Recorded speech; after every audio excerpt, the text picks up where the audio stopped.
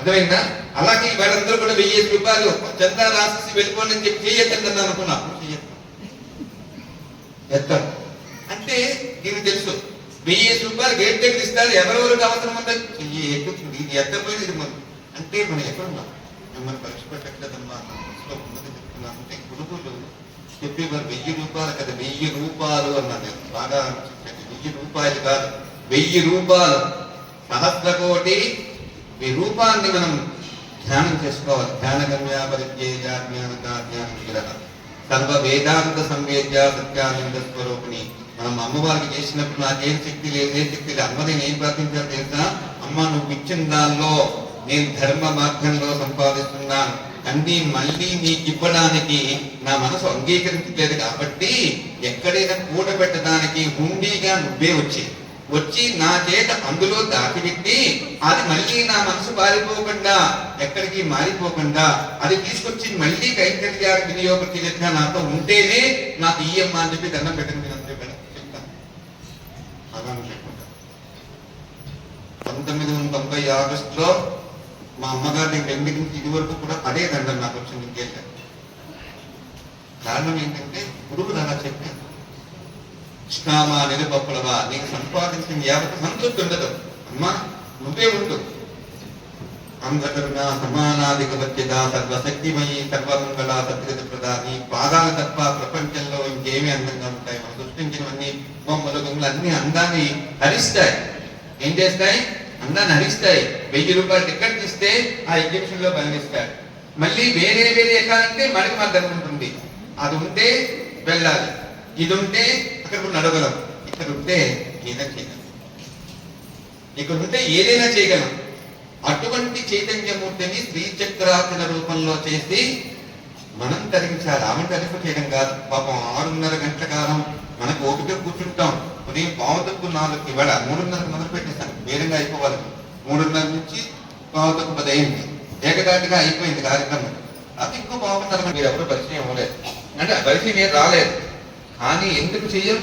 ఆవిడ మన సర్వజ్ఞ సాంద్రకరుణ సమానానికి వచ్చిదా అంటే చేయిస్తుంది. ఎందుకంటే ఈవేళ మంత్ర సాధన ఎంత చేస్తే అంత రెట్టింపు బలం మనకు చేయబోతుంది. మనకే కాదమ్మా, ప్రపంచంకి. మనం అందరం తాపత్రపడేది ప్రపంచం గురించి. ఆ మహామాయ అనేటువంటిది పడిపోతుంది, మాయలో పడిపోతున్నాం, మాయలో పెట్టేస్తున్నాం. ఎన్నో చెప్తూ ఉంటాం, ఎవడో వస్తాడు ఏదో మంచి మాట్లాడతాడు అని ఏదో పడిపోతాడు, సరిగ్గా పోతాడా తిరుగుతుండే వాడు ఏదో చెప్తూ ఉంటాడు ఎస్కే. కానీ ఎందుకని మనం ఎవరికైతే అమ్మగారు చెప్పగలమా? నీకు చెప్పగలను, నీకు చెప్పగలను. అమ్మ దగ్గర చెప్పలేదు. ఎందుకు చెప్పక్కర్లేదు? అవన్నీ రాసుకుంటూ లిస్టులో, ఆ లిస్టులో ఎక్కే బదులు హాయిగా ఆవిడ సేవ చేసుకునే సుఖం. మా గురువు గారు అలాగే అనేవారు. ఎందుకురా జనాకర్షణ ధనాకర్షణ మనకు వద్దనివారు. వాళ్ళు రావాలి. నువ్వు మంత్రం చేస్తే జనం రాకూడదు, మంత్రానికి మోహితులై వాళ్ళు రావాలి. దట్ ఈస్ అనేవారు. నాకు అదేది అంటే ఇవన్నీ ఎందుకు చెప్పారు గురువులు అంటే, మనం మనస్సుని అనేక విధాలుగా క్షోభ పెట్టుకుని మన దగ్గర వచ్చిన వాళ్ళని మనస్సు కూడా ఇబ్బంది పెట్టే మార్గంలో మనం ఎక్కడ వెళ్ళిపోతామో అని చెప్పి వాళ్ళ దయ ఆనందం పడుతూ, అంటే ఎటువంటి సమస్య చేసినా వాళ్ళ మీద కోపం వచ్చినా ఓన్లే ఇవాళ కదా రేపైనా తిరగని లక్ష మునుగులు పట్టిస్తుంటే ఎక్కడో కూర్చుంటాడు, అప్పుడు మనం పట్టుకోవచ్చు అనుకుంటాం. అలా అని మన అమ్మగారు. ఎందుకంటే ఆ దేవత గొప్పది, దేవత రహస్యం గొప్పది, దేవత మంత్రం గొప్పది. ఆ 3 ఉచ్చరించే వాళ్ళు మన గొప్ప వాళ్ళ మగం గొప్పగా ఉండే వాళ్ళ స్థాయికి సాంగత్యానికి చేస్తారు. అటువంటిది మంత్ర సాధన. అటువంటి మంత్ర సాధన లలితా శాస్త్రం శ్రీమాత నుండి శ్రీ లలితాంబిక వరకు ఉండేదని. కేవలం మనం లలితా శాస్త్రం నామార్చన అనుకుంటున్నాం, స్తోత్రాలు అనుకుంటున్నాం, కానీ అదంతా కూడా మంత్రం. పూర్తిగా 1వ నామం నుండి 1000వ నామం వరకు కూడా మూల మంత్రం. ఏదైనా మంత్రం ఉంది, ఏదైనా అర్జెంటుగా నా మంత్రాలు ఏమి రావద్దు అనకండి. ఎవరిని కూడా ఏదైనా బాధతో ఉన్నారనుకోండి, బడి బంగారు పట్టుకోండి. మీకు నా సర్వవ్యాధి సర్వముట్టి వారిని బడి బంగారు తెచ్చుకోండి. అలా రోజు చేయకండి. ఎవరు రాకపోతే బడి బంగారు తెచ్చి కూర్చోకండి. అంటే గత్యంతరనే సమయంలో చేయమంటున్నాను. లేదా కర్మలన్నీ మీ ఇంటికి వస్తుంటాయి, తర్వాత మా ఇంటికి వస్తారు. మీరు ఇదేంటంటే నేను చెప్పి కాదు. సర్వవ్యాధి ప్రథమని సర్వ మృత్యు నివారణి. వ్యాధి అంటే ఈర్ష్యాద్వేషాల కంటే మించిన వ్యాధి మరొకటి ఉండదు. ఆ రెండింటికి మందులు లేవు, మంత్రమే ఉంది. జ్వరం వస్తే మాత్రం ఉంది, కళ్ళు పోస్తే మాత్రం ఉంది, కాళ్ళు పోస్తే మాత్రం ఉంది, ఏమైనా అంటారు కాదు అంటేనా అన్నిటికీ మాత్రలు ఉన్నాయి.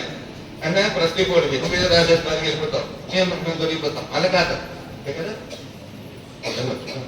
ఇవన్నీ ఏం చేస్తుంటాం, ఏం చేస్తాం? మంత్ర సాధన గొప్పది. ప్రపంచాన్ని ఒక అద్భుతమైన స్థితికి తీసుకొచ్చి అన్నదమ్ములు అప్పచెల్లెలు అందరూ కూర్చుని హాయిగా కూర్చుంటే తల్లిదండ్రులు ఎంత పొంగిపోతారో తెలియదు. వాళ్ళు అట్టించి ఇట్టించి పెద్దవాళ్ళు చిన్నవాళ్ళు పెద్దవాళ్ళు చూడే ఎంత బాగా మాట్లాడుతారు. తల్లిదండ్రుల విషయం ఎంత సరదాగా ఉంటారు, ఆనందం ఉంటుంది కదా పండుగల్లో పబ్బాల్లో.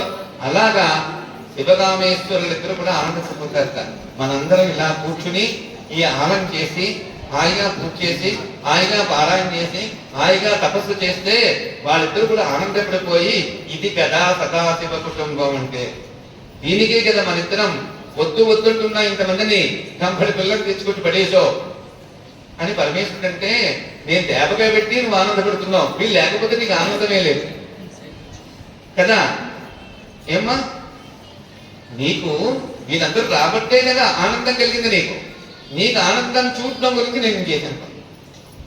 అందుకే సదా శివ కుటుంబం, సదా ఆనంద కుటుంబం.